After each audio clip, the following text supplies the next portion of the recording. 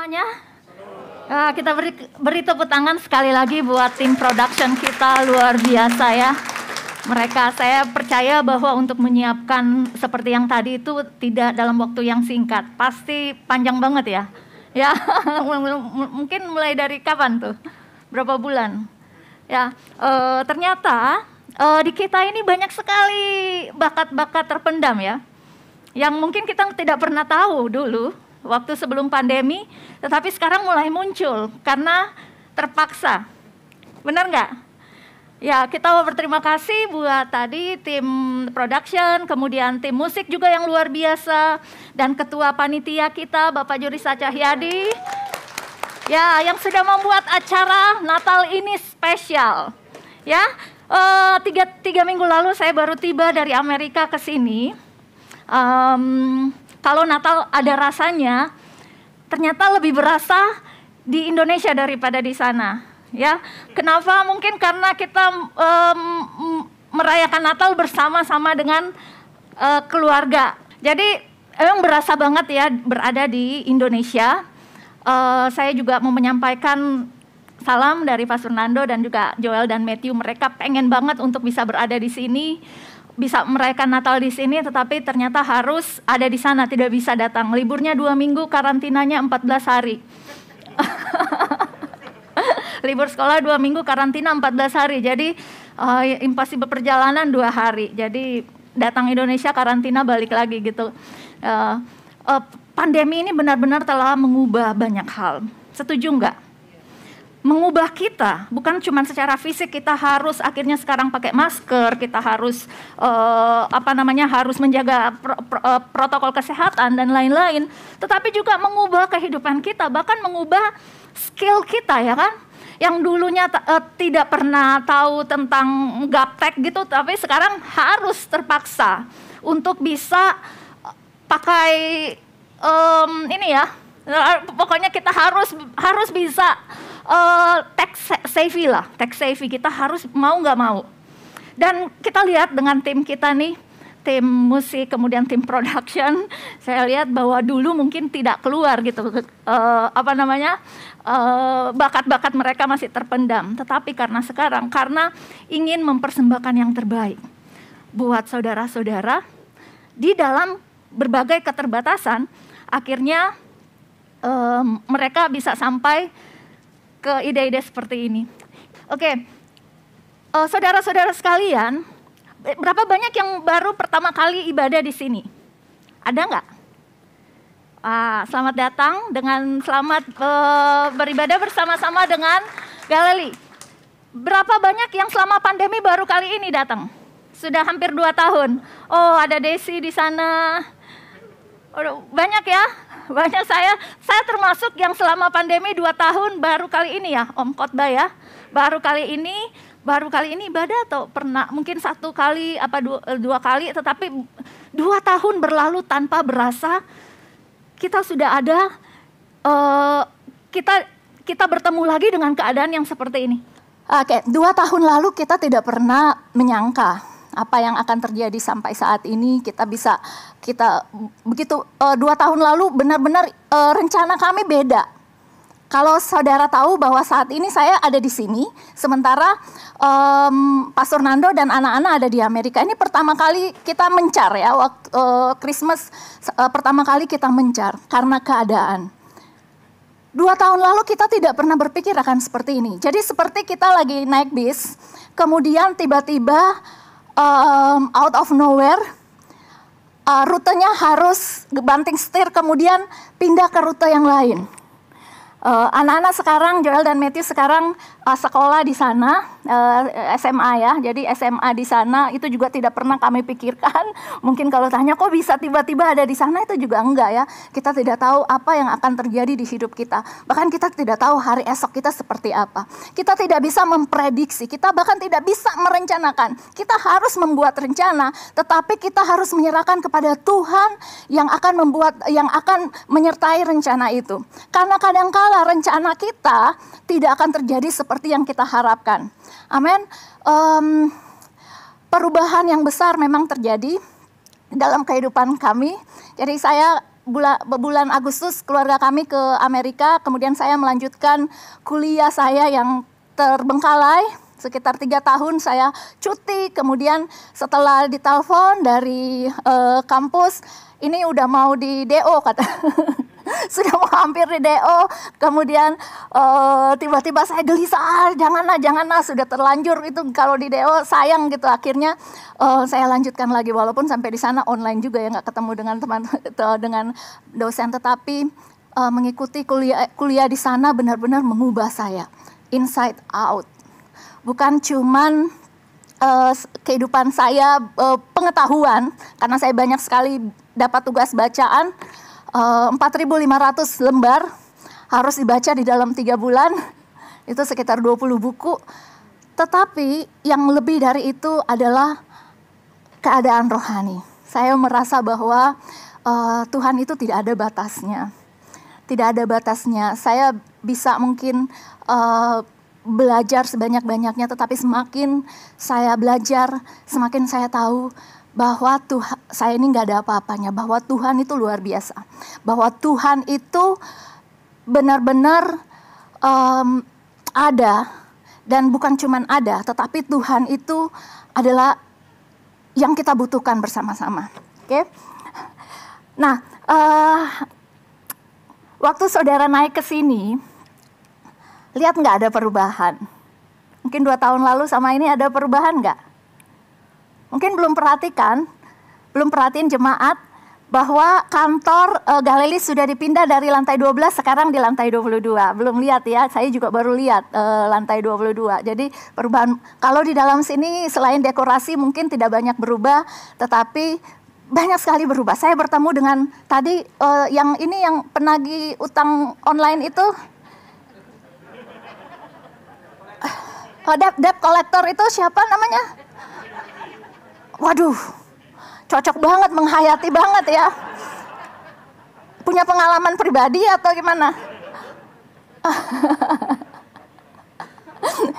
Debt collector kita Bapak Rudi Silitonga adalah salah satu orang yang saya lihat benar-benar kalau punya goal, kemudian goalnya dikerjain, dan dia saya bisa belajar, Ruth gimana sih supaya turun badan, Ruth bagaimana bisa tiap hari lari itu.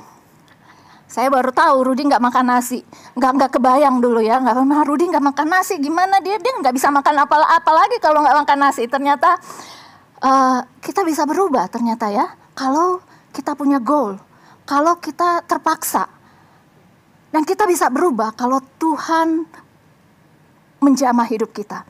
Kita berubah kalau kita bertemu dengan Tuhan Yesus. 2000 tahun yang lalu ada 3 kelompok orang yang kehidupan mereka berubah ketika bertemu dengan Tuhan Yesus. Siapakah mereka? Pertama, Maria, tentu saja ya. Maria, ibu Yesus, ia adalah remaja biasa, mungkin remaja kebanyakan, yang tentu saja hidupnya banyak impian. Siapa yang masih remaja sini, impiannya seperti apa? Mungkin impiannya nanti menikah dengan pangeran, dengan pria idaman, nanti bisa kuliah ke luar negeri, bisa masuk ke universitas ternama, gitu ya. Sebagai remaja, ia pasti punya impian tentang kehidupannya seperti apa. Dan saat itu Maria sudah bertunangan dengan Yusuf. Kelihatannya Yusuf adalah pria baik-baik ya, nggak ada masalah. Kemudian mungkin mereka tunangan sudah ngobrol gitu ya, nanti setelah kita menikah apa yang akan kita lakukan, apa yang akan kita kerjakan gitu. Nanti kalau punya anak seperti apa gitu.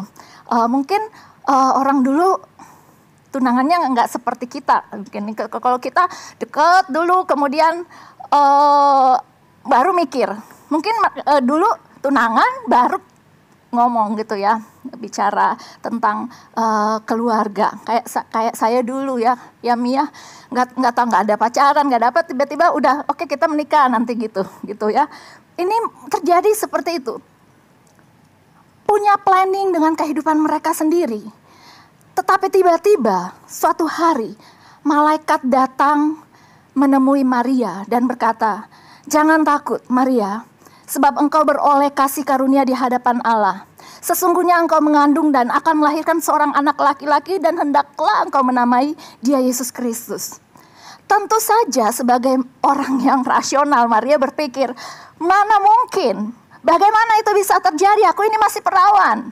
belum menikah, belum ada hubungan suami istri. Tetapi malaikat itu melanjutkan bahwa Roh Kudus akan turun ke atasmu dan anak yang akan kau lahirkan itu akan disebut kudus. Sebab bagi Allah tidak ada yang mustahil. Mungkin bagi kita mustahil seorang perawan melahirkan, tetapi bagi Allah tidak ada yang mustahil. Amin. Bagi Allah tidak ada yang mustahil. Apapun yang kelihatan yang mustahil di dalam kehidupan kita saat ini, bagi Tuhan tidak ada yang mustahil. Kalau Tuhan mau memakai, kalau Tuhan mau bekerja lewat hidup Anda, maka semua yang kelihatan mustahil itu Ia akan singkirkan.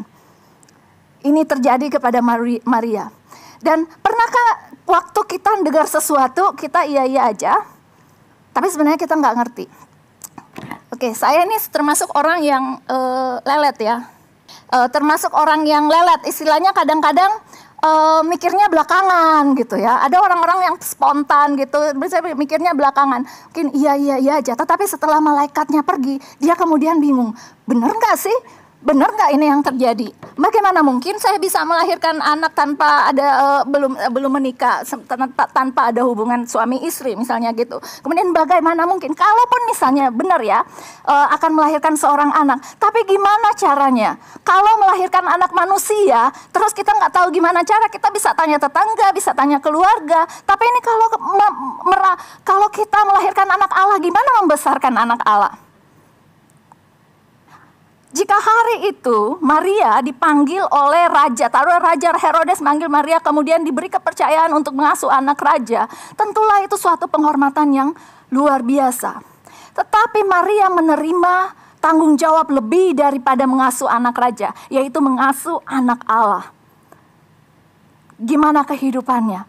Gimana kalau kenapa dengan anak itu? Gimana kalau anak itu jatuh? Gimana kalau anak itu demam? Kalau anak manusia kan dikasih Panadol kan? Tapi kalau anak Allah dikasih apa gitu? Dia nggak tahu. Mungkin bingung. Kehidupan Maria berubah. Bukan cuma secara fisik ketika perutnya mulai membesar. Tetapi lebih dari itu, secara mindsetnya harus diubah.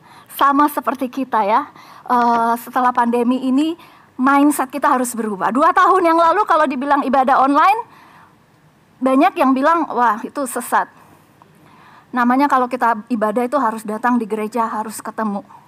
Harus bertemu. Saya rasa sampai 1 tahun pun masih banyak orang yang belum bisa menerima kalau kita ibadah itu online itu adalah ibadah yang valid. Istilahnya yang sama lah gitu. Efeknya punya sama ketika kita ibadah onsite. Kita belum bisa menerima itu. Tapi sekarang siapa yang bisa menyangkal ya bahwa ini terjadi, perubahan terjadi. Oke, yang kedua, siapa yang berubah? Yaitu gembala-gembala. Ya, gembala-gembala. Di daerah itu ada gembala-gembala yang tinggal di padang menjaga kawanan ternak. Dan pada waktu malam, tiba-tiba berdirilah seorang malaikat Tuhan di dekat mereka. Kemudian Tuhan bersinar meliputi mereka dan mereka sangat ketakutan. Oke, intermezzo tadi ya. Jadi setelah Maria berubah, yang kedua adalah gembala-gembala. Mengapa gembala? Mengapa bukan guru misalnya? Kenapa bukan tukang kayu? Kenapa bukan tentara? Ya, kenapa harus gembala? Nah, seperti Maria, gembala juga adalah orang-orang kebanyakan. Karena usaha utama masyarakat saat itu agriculture, gembala adalah salah satu profesi yang biasa. Bahkan cenderung dianggap rendah atau negatif oleh bangsa itu. Kalau kita sama-samakan sekarang, mungkin gembala itu seperti apa ya? Saya pikir mungkin jangan-jangan seperti tukang gojek. Maaf kalau ada tukang gojek sini, nggak apa-apa. Saya cuma mau lihat kesamaannya. Gembala itu mereka suka nongkrong di padang, ngobrol malam-malam gitu. Sama kan kalau tukang gojek kalau nunggu penumpang kan di ujung jalan nunggu di sana duduk kemudian nunggu ngobrol-ngobrol. Kira-kira obrolan mereka seperti apa? Tergantung ada di mana. Kalau tukang gojeknya nongkrong di sini, mungkin ngomongin tentang orang-orang yang ke mall, orang-orang yang customer yang mereka temui di jalan. Kemudian bicarakan mengenai bagaimana sih ini kok kehidupan semakin berat ya. Atau membicarakan kamu dapat berapa, kita dapat berapa ya. Ya itu hal-hal yang biasa mereka bicarakan sebagai gembala. Sebagai gembala atau sebagai tukang gojek, Tadi kita ngomongin tentang tukang Gojek. Tukang Gojek ini sebagai orang yang invisible. Benar nggak? Siapa mereka itu tidak penting. Yang penting adalah jasanya, ya kan? Jasa mereka yang dipakai. Mereka, identitas mereka kita tidak ketahui. Interaksi dengan customer itu jarang banget, apalagi pandemi sekarang. Semuanya harus pakai WhatsApp. Customer hanya berinteraksi dengan tukang Gojek kalau mereka nunjuk jalan atau komplain, benar nggak? Ya kan kita nggak pernah duduk kemudian muji-muji tukang Gojek gitu kan?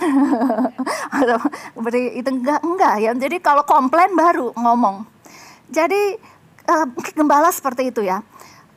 Kehidupan mereka bukan cuman sesuatu yang dianggap rendah atau negatif, tetapi juga sesuatu yang membosankan dan bete banget kan. Kalau menurut saya bete banget gitu, cuman jagain domba gitu, kita nggak bisa diajak ngomong juga sama dombanya, gitu kan? Jadi membosankan. Tapi gembala-gembala ini tahu bahwa mungkin mereka sudah diajarkan di rumah-rumah ibadat mereka bahwa nanti suatu saat akan ada juru selamat. By the way, saat itu bangsa Israel dijajah oleh bangsa Roma ya. Bangsa Roma dan kehidupan mereka sangat-sangat berat. Mereka harus bayar pajak, termasuk yang gembala-gembala. Kalau dia punya pendapatan, kalau dia punya ternak, dia harus membayar pajak. Dan kehidupan bangsa Israel itu hampir tidak ada bedanya dengan menjadi budak gitu. Kalau kita dijajah oleh bangsa lain, kehidupan kita tidak ada kebebasan. Dan terjadi. Mereka tahu, gembala-gembala tahu bahwa nanti suatu saat akan ada juru selamat. Mereka tidak pernah berpikir juru selamat itu seperti yang kita pikirkan, bahwa akan menyelamatkan kita dari dosa. Dulu mereka berpikir bahwa juru selamat itu akan membebaskan mereka dari penjajahan Roma. Mereka berharap bahwa jangan-jangan juru selamat itu kapan ya baru datang? Kapan juru selamat? Seandainya dia ada sekarang. Seandainya kita menjumpai juru selamat itu sekarang. Apa yang terjadi? Itu harapan-harapan mereka. Tiba-tiba malam itu juga malaikat menampakkan diri kepada gembala ini dan berkata sama seperti kepada Maria, jangan takut bahwa hari ini juga engkau akan bertemu dengan juru selamat. Gembala-gembala ini adalah orang biasa, nggak punya kecerdasan. Jadi kalau dengar iya aja, iya nggak dicerna ya, belum mungkin tidak proses pikir. Tetapi justru Tuhan sering ingin bertemu dengan orang-orang yang seperti itu. Amin. Orang-orang yang kalau dengar kepada Tuhan percaya, bukan overthinking. Orang yang overthinking itu hidupnya kacau deh.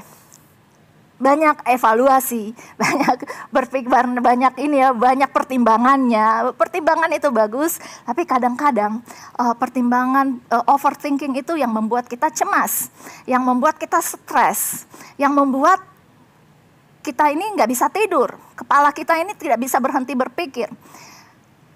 Gembala-gembala ketika mereka bertemu dengan malaikat, mereka percaya. Dan mereka bertemu dengan Tuhan Yesus gampang mencari kandang domba karena mereka adalah gembala. Mungkin itu tempat Yesus itu kandang domba yang biasa mereka pakai dipinjamin karena kebetulan saat itu penginapan sedang penuh.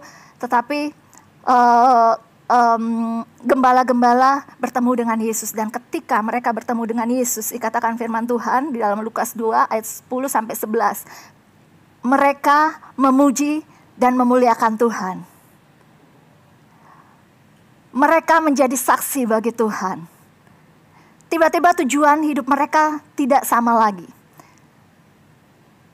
Tiba-tiba pekerjaan mereka yang membosankan itu tidak lagi membosankan karena mereka bersemangat. Wah Tuhan, ada juru selamat, ternyata sebentar lagi kita akan dibebaskan dari penjajah Roma. Sebentar lagi juru selamat ini akan membebaskan orang Israel dari penjajahan dan kita semua akan menjadi bangsa yang merdeka. Nanti kalau terima gaji saya nggak ada potongan lagi, tidak perlu bayar pajak yang tinggi-tinggi lagi, dan kita bisa akan menikmati seluruh jeripaya dengan utuh. Mungkin mereka berpikir seperti itu. Itu adalah gembala-gembala. Ketika bertemu dengan Tuhan Yesus, hidup mereka berubah, mereka punya tujuan, mereka memuji Tuhan, memuliakan Tuhan, mereka menjadi saksi bagi Tuhan. Yang ketiga adalah orang Majus. Siapa yang mau berubah? Maria. Gembala yang ketiga adalah orang Majus. Kalau orang tak gembala, Maria orang yang biasa, ada orang Yahudi saat itu. Orang Majus adalah orang-orang yang dari timur. Dibilang timur, di mana Israel, saya juga mau bilang gimana ya, saya belum pernah ke sana. Jadi mungkin jauhnya kalau dibilang Surabaya lebih jauh lagi pasti ya. Mereka adalah orang-orang ahli perbintangan. Ya, ahli saya dulu, saya sebelum semaju sekarang. Jadi mereka adalah ilmuwan saat itu. Orang-orang intelektual. Kalau gembala tadi adalah orang-orang biasa. Ini adalah orang-orang intelektual. Orang-orang yang cerdas. Alkitab bahasa Inggris mengatakan mereka adalah orang-orang bijaksana. Sebagian terjemahan Alkitab mengatakan mereka adalah raja-raja sebenarnya. Mereka raja-raja yang dari timur. Kemudian datang mencari Tuhan Yesus. Mereka melihat bintang. Kemudian mereka lihat ini bintang ini sepertinya bukan bintang biasa. Ini adalah bintang, ada seorang raja yang akan lahir. Dan ini biasanya astronomi nggak ngelihat bintang-bintang juga. Mereka kan lihat tulisan-tulisan ya. Tulisan-tulisan, nubuatan-nubuatan. Dan mereka bilang kita harus mencari raja yang baru lahir itu. Dan akhirnya mereka ke Yudea. Tadi Pastor Ineke sudah katakan bahwa perjalanan mereka ke Yudea itu bukan perjalanan sehari 2 hari gitu.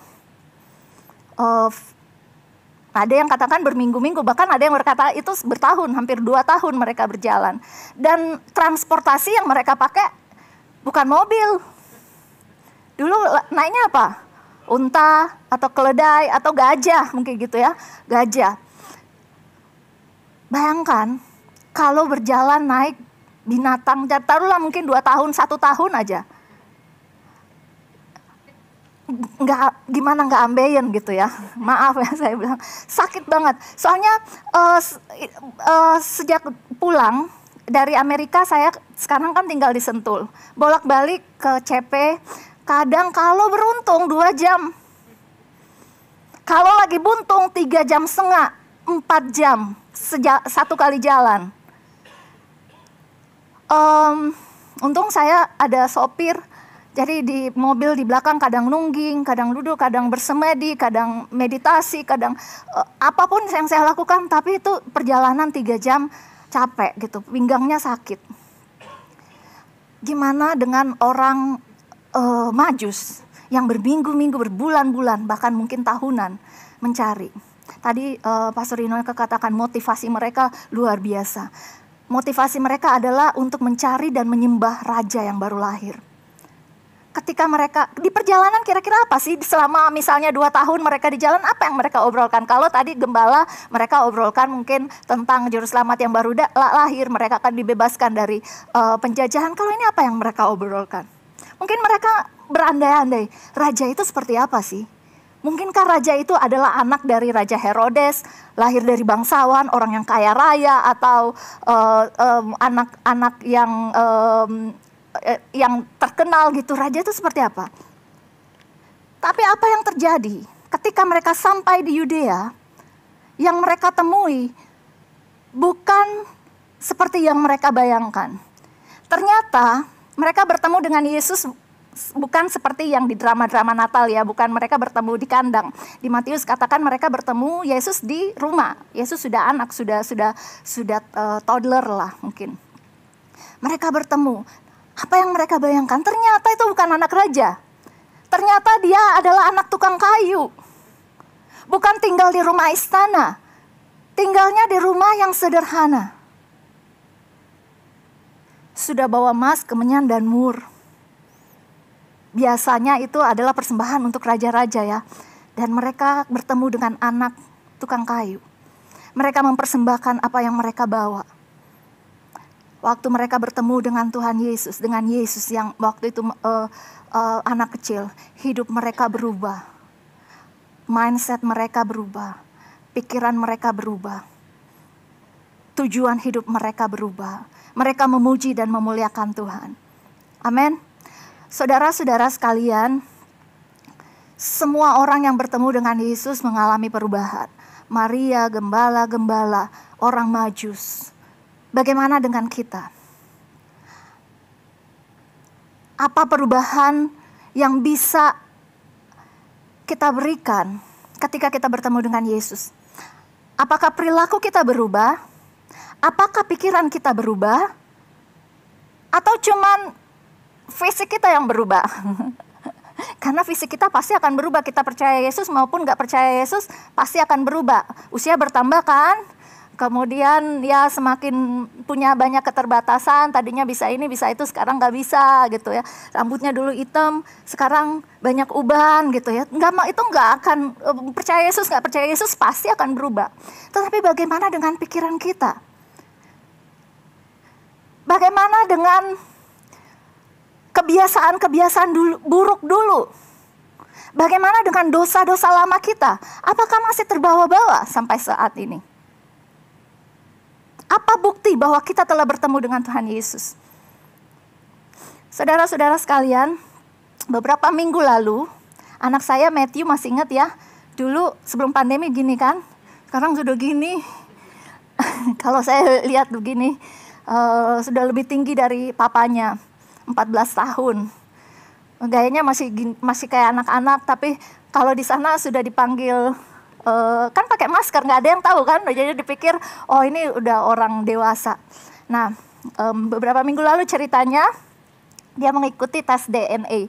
Ada yang tahu tentang tes kit itu? Di Indonesia mungkin masih jarang ya, kalau di Amerika banyak, karena kan beli di supermarket atau di farmasi, kemudian kita tes, masukin ke box gitu, kemudian seminggu atau 2 minggu hasilnya keluar, hasil DNA kita. Kalau di Indonesia kita bisa beli, tapi kita harus kirim ke Amerika kan, kadang hasilnya berbulan-bulan datang. Jadi si Matthew gini tes, kemudian keluar hasilnya. Dia kaget dong, ternyata DNA-nya hampir nggak ada Indonesia. 90 berapa persen ya, 9 berapa persen adalah ras, mau tau nggak? Ras apa? Ras Filipino. Dia tahu hasilnya pas kita mau gereja. Jadi sepanjang ibadah bete banget si Matthew. Kok Matthew orang Filipin katanya ya? Sorry yang orang sih, bukan ini nggak unexpected aja ya. Matthew orang Filipin. Emang kamu maunya apa, Matt? Belanda katanya. Matthew pikir Matthew Belanda katanya. Dari mana Belanda? Kan tinggi, besar badannya, tulangnya besar, gitu, mau Belanda. Memang kalau punya darah Belanda, sekarang ternyata kamu keturunan Filipin, apa yang beda gitu ya dengan kamu. Tapi pokoknya dia bete aja, kayaknya terpukul banget. Terpukul banget. Akhirnya saya juga ngomong-ngomong sama papanya, itu nggak mungkin ya, mungkin ketukar kali Matt. Jadi yang ngetes itu pas orang di Amerika kan banyak orang Filipin ya, mungkin lagi ngetes tumpah itu, DNA itu kan air liur satu tub gitu, mungkin tumpah, kemudian dia ngambil siapa punya gitu terus ganti. Nggak mungkin ya, mungkin ya. Jadi kita suka bercanda ya, iya si Matt. Atau mungkin ketukar waktu, tapi kan lahirnya di Korea, kalau ketukar paling ada darah Korea, ini nggak ada darah Koreanya gitu, tukar di rumah sakit. Kan kita nggak expect bahwa Matthew ini hampir nggak ada darah Indonesia. Akhirnya sekeluarga kami tes gitu ya, tes, dan hasil saya baru keluar beberapa hari lalu. Kaget juga saya, 98% Filipin. Indonesia 0%. Darah Cinanya cuma 1%. Ya gimana ya, kita harus terima kenyataan gitu ya. Dan tes DNA ini mengungkapkan banyak hal. Relatif, bahkan sudah ada, saya masukin ke situ langsung terhubungan dengan Matthew. Ini kemungkinan anaknya. Udah ada karena dia duluan tes kan. Matthew Mewengkang adalah anak dari Nancy Dinar. Kesamaan DNA-nya 50%. Kemudian saya lihat ada ribuan relatif saya kan. Relatif namanya, salah satunya relatif saya adalah Fernando Mewengkang. Baru kemarin saya bilang, ternyata kita bersaudara. Orang bersaudara, sepupu 4 kali. DNA nggak bisa dibohongin. Dan dari tes itu bukan cuman relatif family tree ancestor kita, nenek moyang kita ketahuan. Lebih dari itu, resiko penyakit apa? Kemungkinan untuk dapat kanker A, B, C itu ada. Ditanya, kamu mau tahu nggak? Kalau kamu tahu, ini kemungkinan, pokoknya kita harus setuju mau tahu nggak? Tadinya saya cuekin, saya nggak mau tahu ah. Kemudian temperamen kita. Tentu saja keadaan fisik ya, pasti gitu ya. Berat badan kamu cenderung tidak gemuk gitu ya, puji Tuhan. Cenderung berat badan rata-rata memang benar. Matanya, hidungnya, bentuk wajahnya, kulitnya, tinggi badannya itu sudah ada semua di DNA kita. Temperamen kita, apakah mudah cemas, mudah stres, itu sudah ada. Kepribadian, kecenderungan kita mau makan apa, sudah ada di DNA. Hal-hal yang sangat spesifik seperti misalnya kalau minum kopi nanti akan kecanduan kopi atau enggak. Kalau minum alkohol akan kecanduan alkohol atau enggak. Kan orang gitu ya, ada yang bisa kecanduan, ada yang enggak. Sudah ada di DNA kita. Dan tidak bisa kita bohongin, bilang ketukar di rumah sakit pasti ketahuan gitu ya. Punya anak yang. Saudara, waktu kita percaya Yesus, Tuhan katakan kita ini bukan lagi siapa-siapa, tapi kita ini jadi anak Allah. Yesus mati di kayu salib, darahnya tercurah. Itu untuk apa? Supaya kita semua ini memiliki darah Yesus. DNA kita adalah DNA-nya Tuhan Yesus Kristus. Saudara, apapun DNA kita di bumi ini yang menentukan siapa kita, temperamen kita, apa yang kita inginkan. Saat kita menerima Yesus, DNA kita adalah DNA Yesus. Waktu kita memiliki DNA Yesus, kita juga harus menunjukkan kepribadian Yesus, perilaku Yesus, cara berpikir Yesus. Itu harus mengalir di dalam kehidupan kita. Kalau di dalam kehidupan saudara, kata sudah percaya Yesus, sudah menerima darah Yesus, tetapi kehidupannya tidak berubah, perilakunya tidak berubah, pemikirannya tidak berubah, kebiasaan-kebiasaannya tidak berubah, dosanya tidak berubah, itu perlu dipertanyakan. Apakah benar-benar darah Yesus sudah mengalir di dalam hidupmu? Apakah benar Anda sudah bertemu dengan Yesus? Apakah benar Anda sudah percaya dengan Yesus? Apakah benar Anda ini adalah anak-anak dari Tuhan Maha Kuasa? Amin. Saat ini saudara-saudara, mari di acara Natal ini, saya mau ajak kita semua, mari kita berubah. Mari kita lihat lagi kehidupan kita.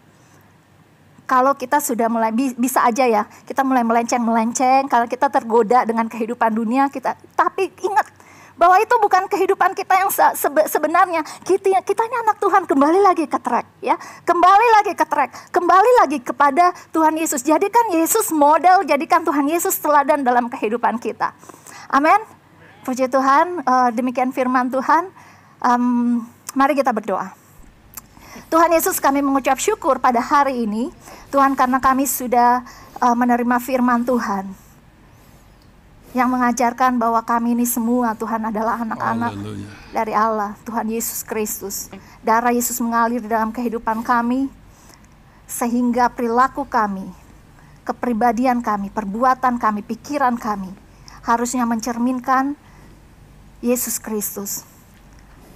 Ingatkan kami Tuhan, kalau kami sudah mulai menyimpang ke kiri dan menyimpang ke kanan, untuk kembali lagi menjadikan Yesus panutan kami, menjadikan Yesus model dan teladan di dalam kehidupan kami. Karena kami semua adalah anak-anak-Nya. Terima kasih Tuhan, di dalam nama Tuhan Yesus Kristus kami berdoa. Amin.